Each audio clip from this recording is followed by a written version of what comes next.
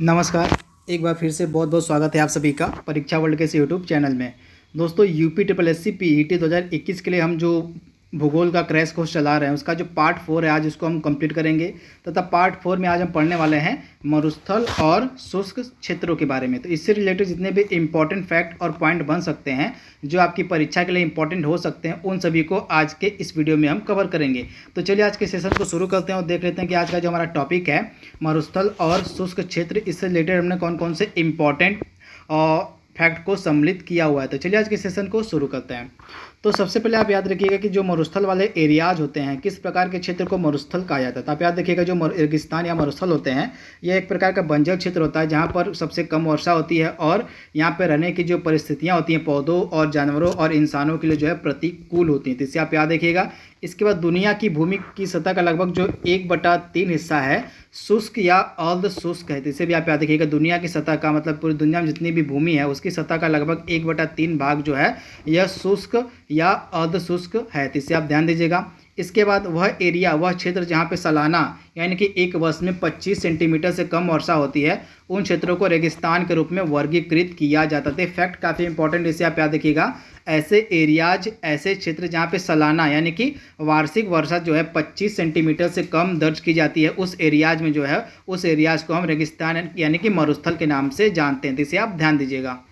इसके बाद आप ध्यान दीजिएगा उष्ण कटिबंधीय गर्म रेगिस्तान, आप याद देखिएगा जो उष्ण कटिबंधीय गर्म रेगिस्तान होते हैं ये आमतौर पर भूमध्य रेखा के उत्तर या दक्षिण में लगभग 15 डिग्री से लेकर 30 डिग्री के बीच महाद्वीप के पश्चिमी हिस्से में पाए जाते हैं। यानी कि जितने भी कॉन्टिनेंट हमारे हैं, जितने भी महाद्वीप हैं उनका जो वेस्टर्न वाला हिस्सा होता है उन वेस्टर्न भाग पर ही जो है आपके अधिकतर रेगिस्तान देखने को मिलते हैं। तो फैक्ट भी आप याद रखिएगा। इसके बाद एक जर्मन वैज्ञानिक है जिनका नाम है डॉक्टर गेरहार्ड नीस। इनके अनुसार जो है विश्व के रेगिस्तानों द्वारा जो है द्वारा 6 घंटे में जितनी ऊर्जा उत्पन्न होती है वह एक वर्ष में संपूर्ण मानव जाति द्वारा खपत की गई ऊर्जा की मात्रा से अधिक होती है। तो फैक्ट आप याद रखिएगा।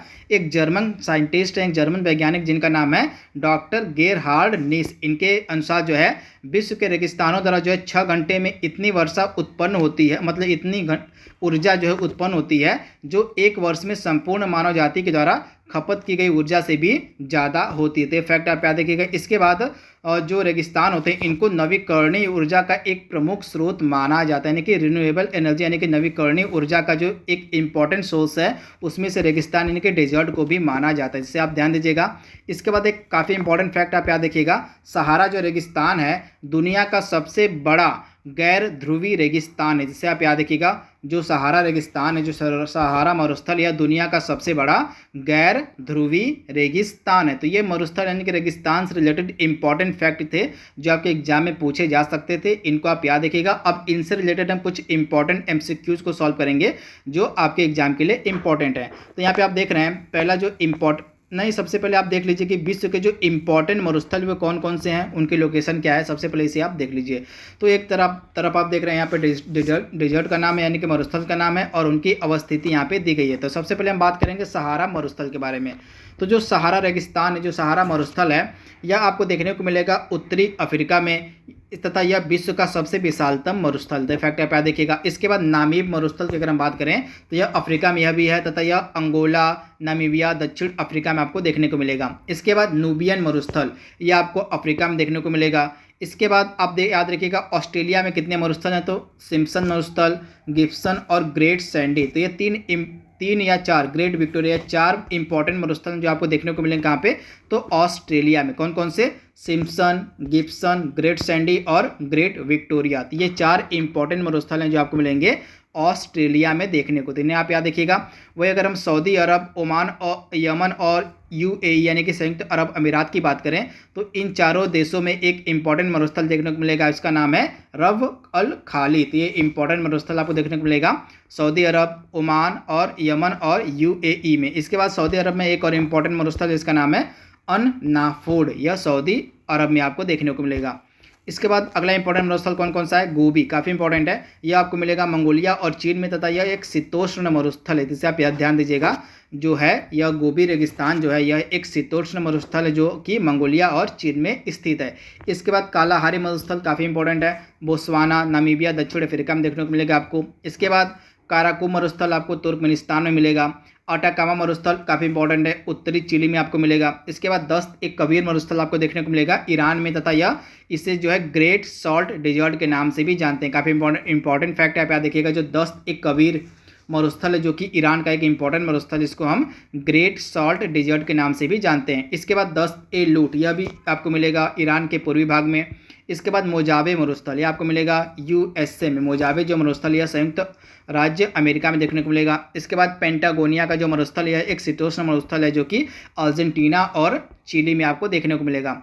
इसके बाद सोनोरान मरुस्थल, यह आपको मिलेगा यूएसए और मैक्सिको में। इसके बाद चीहू आहुआन मरुस्थल, यह आपको अमेरिका और मैक्सिको में मिलेगा। इसके बाद तकला मकान मरुस्थल आपको मिलेगा चाइना में। 3 मरुस्थल के बारे में आपको याद रखना है।